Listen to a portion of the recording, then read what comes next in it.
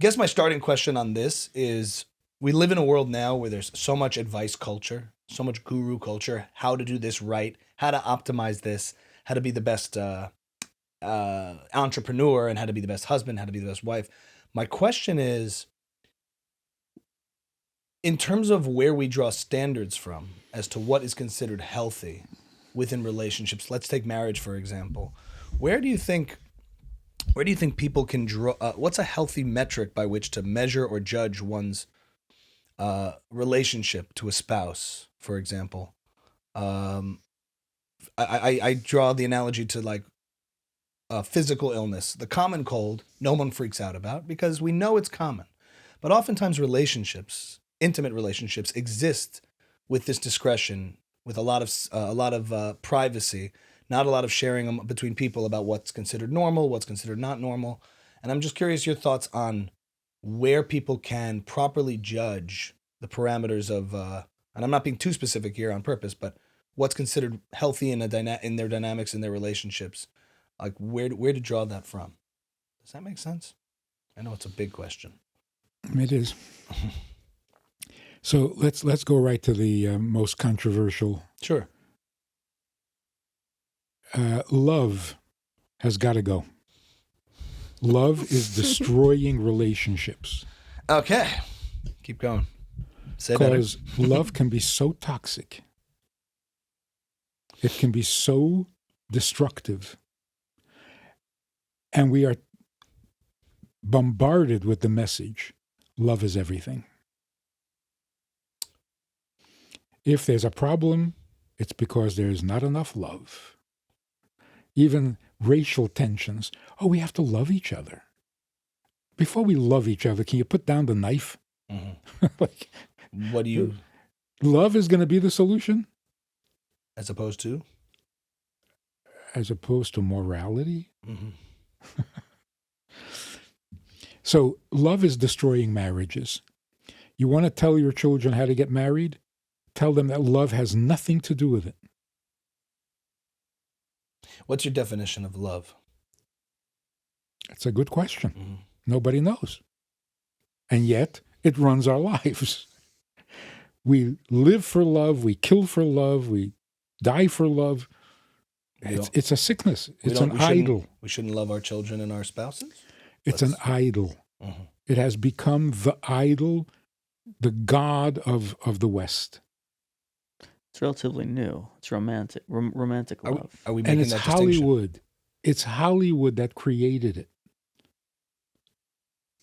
Okay. You marry someone because you love them? Necessary but not sufficient. Definitely not sufficient. But necessary. Maybe. Okay. So the question is like this. If you're marrying for love and you already love each other, why get married? Again, rhetorical? I can't tell. I would say love is necessary, not sufficient. So love, and I think love is something you also build, not just something you feel. What does it have to do with marriage? You can't love someone without being married? You can. So what are you marrying for? To create an exclusively unique type of health insurance. Insurance. But it didn't work. Well, you're building a home. You're building something bigger than just the two of you. Okay. Yes, I got it. But the exclusivity of it doesn't work. You're more exclusive when you're boyfriend and girlfriend than when you're married. Explain because to cheat on your girlfriend is unforgivable. To cheat on your wife, I think my wife might disagree with you, but I hear you. I'm not talking about the Orthodox community. Okay, yeah. I'm talking about the culture out there. The culture. You're more horrified if you cheat on your girlfriend. I remember this girl came crying to me. My boyfriend cheated on me. Yes. I said, you mean he was cheating with you and now he's cheating with somebody else? What do you mean he cheated on you? You're not married. Right. We turned this dating thing into something holier than marriage. Right. Okay. Yeah. So, love and marriage. I feel bad for her, though. Don't. Yeah. She okay? Love and marriage don't go together like a horse and carriage. Mm-hmm. Love has nothing to do with marriage, and marriage has nothing to do with love. Nothing. No. Okay. Love go with is you. not a reason for marriage, and the goal of marriage is not love. It's something much bigger, much holier, and much more selfless. Love is so selfish. If I say, I love you, the most selfish statement you can possibly make. Sure. Because it's all about me. Any sentence that starts with I is suspect. Right. That's why And any spouse who heard, well, I don't love you, but I'm trying to just build something here, would probably be hurt by that. Wouldn't that be a rational the marriage response? would be over. Because without love, there is nothing. Well, we've said two different things here. So we've said love has nothing to do with marriage, but without love, there is nothing? Or is that a critique? In today's culture. Oh. You're not saying that. You're not saying that as a declarative. You're saying that because people put all of their eggs into the love basket, that the second you take love out of it, it's not a legitimate relationship. A man says to a woman, I want to marry you for your money. Not a good idea. Right. Most people I talk to say, oh, well, what's going to happen when the money runs out? Is that the problem? Yeah. But if a man says, I don't love you, but I want to build something with you, well, let's follow this train of thought. So what is wrong with saying, I want to marry you for your money? What's wrong is, I don't want to marry you. I just want the money. But this world is not perfect. So you're not going to give me the money unless I marry you. So I'll marry you. But it's not about you. I don't want you. I want the money. That's why, if the money runs out, there is no relationship because I was never married to you. Why is love any better? I'm marrying you for love. Means I don't really want the rest of you. I just want your love. Can you want both? Yeah, if you're unpacking it, what if you love, if we're just, maybe it's a semantics thing. If I love a person in the totality of a person, I don't just love the way they look, even though that's a part of it. I also love their values. I also love their goals, their ambitions, their features, their flaws. The totality of a person is what you love, and then that might be the starting point, but you love what you will avenge, the potentiality. You love what you will build, the home that you will create, the children you will bear. I would say, I don't think love disqualifies that. It grows with that or permeates that. So I'll get to it in a second. If I marry you for love, then I don't want to hear your opinion. I just want the love. If I marry you for love and you don't love me, I'll get love someplace else because my objective is love. If not from you, then from somebody else. That is not a marriage. That's cruel and unusual punishment. A woman is 55 years old, and her husband comes home and says, we just hired a new secretary. Her heart starts to... Right? She's getting anxious. He says, oh, by the way, she's gorgeous. That's it. She's having a heart attack. Why? Why is this 55-year-old woman threatened by a 20-year-old secretary? And if she is... The object of his affection will change. Well, then she is living a miserable life, constantly worried and anxious about who is he seeing, who is he hiring. Don't get married if that's what's going to happen to you. And this is every woman in America. Sure, but that's incumbent upon the people involved to sustain something between them. How do you get to where it's a marriage so that hiring a gorgeous secretary does not even threaten you? So? Love doesn't do that. So what's the proper? Because he loves the secretary more. You say, oh, no, he wouldn't cheat on me. He loves me. Don't be ridiculous. Well, we can unpack also what drives, appetites and desires and things that a man may cheat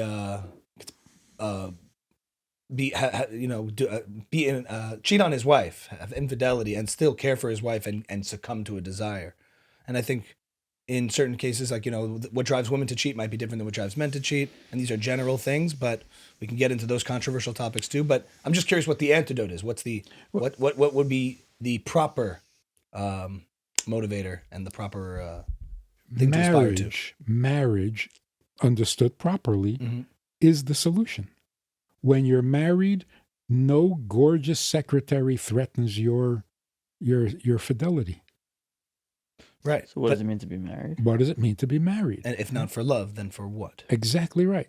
But love has got to go. It's a total failure. I feel like there's another thing here coming up. It has to replace by... You got to buy What's the that? book. You got to buy the book. The second thing that is destroying marriages is sex. Oh, man. We're getting rid of that too? Yeah, So we're just going to be roommates raising kids? Oh, it's got to that go. we adopt? Somebody else will have it. I'm just like, what are we doing here? Yeah, keep going. This is intriguing. Video games? Marriage, love, and sex, or the expectations of those things, maybe is what you're saying. But I'm What we I'll have wait. made of love and sex Mhm. is toxic, destructive, and ugly. Okay. How so? Sex used to be intimate. Mhm. It's not anymore. Since the 60s, Mhm. free love means sex without intimacy. Sex without intimacy is pornography. Mhm. Pornography does not create bonds between people. On the contrary, Or children. it separates you. Easy, Mike. Yeah. So here's how love works. That which is important in your life, you should love. That which is not important in your life and you love it, it's still not important. It's such a nasty thought. If I love you, you are the most important thing in the world. When I stop loving you, you're garbage. How arrogant, how narcissistic that is. My love makes you important. No, it doesn't. It makes you greedy and gluttonous. I love you very much. Sounds like a threat. Mhm. It's not nice. It's, I need you very much. What about me? No. You have to love me back. It's nasty. Mhm. So, if someone is important, you should love. Love is the appropriate emotion for important relationships. If you don't love the person who is important, they're still important. Don't give love the power of making something important or unimportant. Because love itself is not important. Are we, just so I can be clear on the definitions here, is love an expression, a feeling, a behavior, an action? It's Because I'm thinking of value, like I think to place value on things, to place real value on things, like a person, and even from a selfish perspective, no wife would want to be told, you don't really bring value to me, and I do nothing for me, and I'm just doing it for you, for your sake. There is there is a transactional component of I value you, I value what you bring to me, you value what I bring to you, and we value what we create together. Is that something distinct from what you're talking about with love, or is that's what I'm trying to get clarification on. if you value the other person, it Mhm. produces respect, not love. Right. Love almost means it doesn't matter whether you're valuable or not. I love you. Mm-hmm. It's a passion, and it's a very selfish passion. So it used to be a compliment. Mm-hmm. It's not anymore. Yeah. I mean, it seems also that what it's become is that the only thing that's paramount and that matters in a relationship in the modern day is how I feel all the time, without any consciousness, without any conscious awareness of what I'm building with another person. And that is the problem. Not the affection. Well, are you discounting affection? Are you discounting all those things? No, I'm right? saying like this. But that's the way, what it's become. It's how I feel at any given moment, Right. and what this relationship does for me, Right. selfishly. So love is not an indulgence. Mhm. It's an obligation. If someone is important in your life, you should love. V'ahavta Hashem Elikecha. Not an option. You need to love him. Why? He's not going away. He is your God. So he's important and essential or valuable in your life, so you should love it. Right. So you take the things in your life that are important and you love those things. Or those people. Or those people. Yeah. As opposed to the other way around. Right. So you don't need love from your wife. You need your wife's love. Makes it... I'm not looking for love. I'm looking for my wife. Well, if you really want to treat your wife properly, love is the proper feeling. But she is your wife first, not because you love her. Right. Okay. So Process every kid in America has to be convinced that the brother he hates is more important than the dog he loves. Because ask any kid in America, who would you save if your brother and dog were drowning? My dog. Why? I love my dog.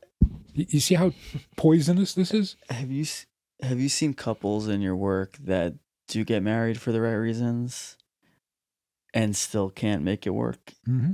And what goes wrong there? They just don't have what it takes. They mean well. They're doing it all right. They don't have what it takes.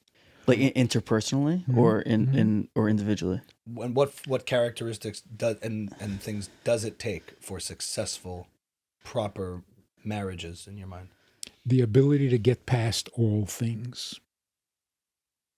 I'm chill. I like that. I like that. To get past So all things. a guy says, I want to marry you for your money, for your looks, for the sex, for your yichus, for your family, for your... A man says, I love everything about my wife. Why does she want a divorce? Because you don't love her. Oh, I love everything about her. Everything about her. You don't love her. So she feels completely alone in the world. And there's the crux of the whole thing. Marriage means don't be alone. And the only way to not be alone is to be married. To be really married. But To by be this truthfully standard, can any two people make it work? In your mind? Because do you see things that this is a wrong match? I've seen it where it's incompatible. The vibe is off, or something. Our grandparents, maybe great grandparents, were really married. They never they would never say, I'm alone in the world. Even after the spouse passes away, they're not alone in the world. Right. They miss their spouse. Yeah. Well, if you miss them, then you're not alone. But one can argue the marriage is out of necessity. In those days, there were plenty of... Were they happy? They would not think of getting divorced, but were they happy? Considering what they went through, they had some perspective. They're happy in a different way, a different type of way. Maybe happiness is the problem too. Yeah. They had the opposite. Sex, love, happiness, all out the door. They had the exact opposite approach from us. We want everything to be enjoyable, but not the person. They just wanted the person, and they argued about everything. They couldn't agree on anything. About my grandparents. Yeah. Right? Well, what do you say then? But those are just things. Right. But without each other, unthinkable. What do you say then to someone who says, like, we're a different generation, so we need different things. We can't have the types of marriages our grandparents had. No. Okay. When someone goes to a matchmaker, which in the modern Orthodox community isn't as done as much, but in the more religious communities it is, sexual attraction, chemistry, those are all valid. and everyone takes that into account. You're not just like you do, let's make some more Jews here. We acknowledge those things as being very important, and the sexual component to a marriage, while it should be intimate, private, holy, and sacred, is super important. We're not discounting how important that is. So What would make it holy and not pornographic? What would make sex within a marriage holy? Yeah. Oh, how specific do we want to get here? I don't. What would make it holy is. What would make it holy? Participating in it with a spouse, with. I'm trying to get the right answer. Intimacy here. Is that the intimacy, the What connection? Intimacy means beyond all things. Mm-hmm. We are connected to each Presence, other. yeah. We're connected to each other without anything between us or connecting us. The Mishnah says, Ava hatluya bedavar, if your love depends on something, then that something is going to disappear, and so will the love. What is a love that is not dependent on anything? What is a love that is not dependent on anything? A good one. real? That's the one you want. The presence of creation itself. So I asked this man, do you love your wife, not the things about her? Mm-hmm. He said, I don't know what that means. If you take everything away, what's left? Mm-hmm. She. And you don't even know what that means. Mm-hmm. Of course she feels alone in the world. Right. But there is this risk of saying, I'm laughing at you're right. So no, I'm just that saying was though, funny. how we treat each other also matters. It's not just I love you in essence because of you, and I love you. Not I love you, that we are married, but it is. I would say the difference fundamentally between children. I know we're pressed for time a little bit, right? No, I had to make sure. The difference between, I would say, the love of children versus the love of a spouse or any relationship outside of that is this idea of conditionality, if that's a word. Unconditional versus conditional. Almost every relationship in life is conditional. In other words, if you have a friend and you have a bond between you and a relationship that's close, if the friend starts treating you really, really badly over and over, and the relationship becomes toxic, the relationship separates. Having children, I think no matter how a child cheats the parent, no matter what, you will love the child forever. And maybe I'm using the word love wrong, but that child will be important to you forever. It doesn't matter how the child treats you. It's really not conditional. And the only time, and maybe that's the relationship between God and the Jewish people and God and man, is this unconditional bond. No matter how we behave as human beings, God will love us. God will consider us important. See, I'm learning. And the same is with children. With a spouse, it's almost this different category where it's not like a regular friend and it's not like a regular family member. You choose the spouse chooses you. There is a voluntary thing. There is a conditional element to it. You're building something sacred. You're building something intimate. But it does rely on mutual respect, behavior, like affection, building something together and maintaining and sustaining it, you know? So when I hear you talk about, well, you just have to, there's a simplicity to love who she or love who he is. But what about what they do? And what about how they are? You know, those elements. Let's just go there for a few minutes. In some magical way, the fact that you choose your spouse and become related is more powerful than your relationship with your siblings or with your parents. Did you leave children out intentionally? Yeah. Okay. So the connection between a husband and wife is deeper than parents and children. Mm-hmm. Yes. And that's why the marriage comes first. You leave your mother and father to be married. And children and marriage, the marriage comes before the children. Uh-huh. The fact that you can be divorced means you can have an amputation. What does that prove? Holy intimacy means we're not doing something. We are being one. I'm not a thing, you're not a thing, and we're not doing a thing that is so vulgar. We are together because there is nothing that separates us. We are one, even physically. And what if the husband wants to become one much more often than the wife wants to become one? What in that? I had to go there. That was just that's a very legitimate thing. Very legitimate thing. But is that a good pickup line? Let's become one. if a guy says, "Please marry me, I can't live without you," don't marry him. He's sick. If a man says, "Please marry me, I can live without you," don't marry him. So what should a man say? Let's become one. He should say, "I can live without you, but what would be the point?" Deep. I like it. For the record, Rabbi Manis has 15 kids. Or 14. 15 is ridiculous. 15 is crazy. That would just be... I would never. That would just be chaotic. But working on 15, 14, working on 15. Yeah. I'm at 4, you're at 3. And when we told him, we got a challenging bunch here with four and 3 kids. But yes, if you ask, that's a good point. I can't live without you, but what would be the point? You're building purpose. If you asked your grandmother what happens in the bedroom, Bubby, more than likely your grandmother would say, "Nothing." And that's the right answer. In a bedroom, there are no things. A bedroom is a place of him and her. Where do things come from? So if after being intimate, the husband says, "How was it?" How was it? There was no it in this room.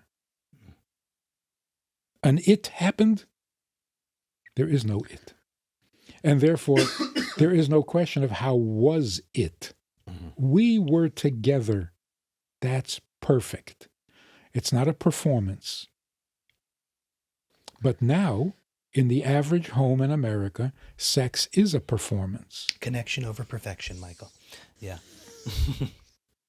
And you have to ask, how was it?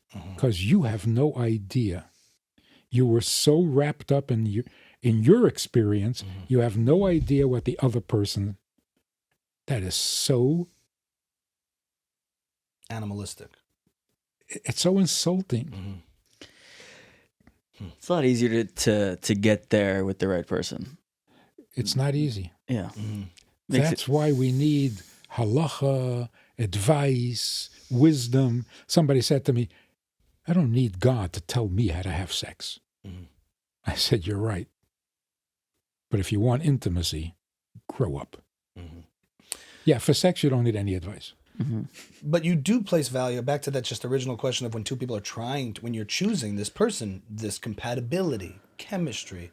And let's assume values are the same. You want to build the same thing. To say any two people can do it, I don't know if I'm just coming back to that a little bit. Like, we do acknowledge validity to that. Well, I think he's saying any two people could do it, but it's really, really hard to do, and it doesn't work out a lot of times. But it's not because the two people don't have what it takes. It could be that you have to be discretionary in your choice and making sure that you're picking a person you align with in many different ways. And I'm not just talking about like the superficial stuff, but in even just personality. But those things cannot be primary. All things are secondary. Can it be like sort of in the abstract, not in the Western way of thinking, but it's both. You need them and you don't need them. They're primary in a way, but not primary in another way. It's kind of, it's all negotiable. Well, they're needed for purpose. No, it's all one. You're right and you're wrong, and you're wrong and you're right. But that doesn't make any sense. Rabbi Manis said that I could live without you, but what would be the point? So in other words, in order to fully be realized and build a life of purpose, I do need you and want you. But it sounds like the difference is not like I need this person so that I can feel a certain way. It's exactly. or because of a specific feature that turns me on. Like, I need this person to build a life of purpose, and that person is important because they serve as part of this bigger goal. And what makes them important is that they're not me. Not the things we have in common. We're not meant to be alone. We are meant to. The things we have in common is just more of me.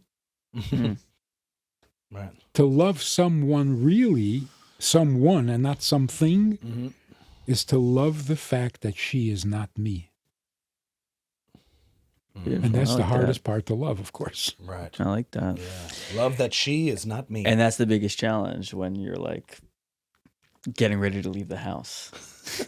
And You you're know? ready and she is Yeah, not me. all the things that are the opposite of you that you will do differently. That's where, for me, I that's think- like where a big challenge is coming. I think that's why God arranged it that men marry women. Definitely not you. Right. Right. Never will be. Yeah. And what about children?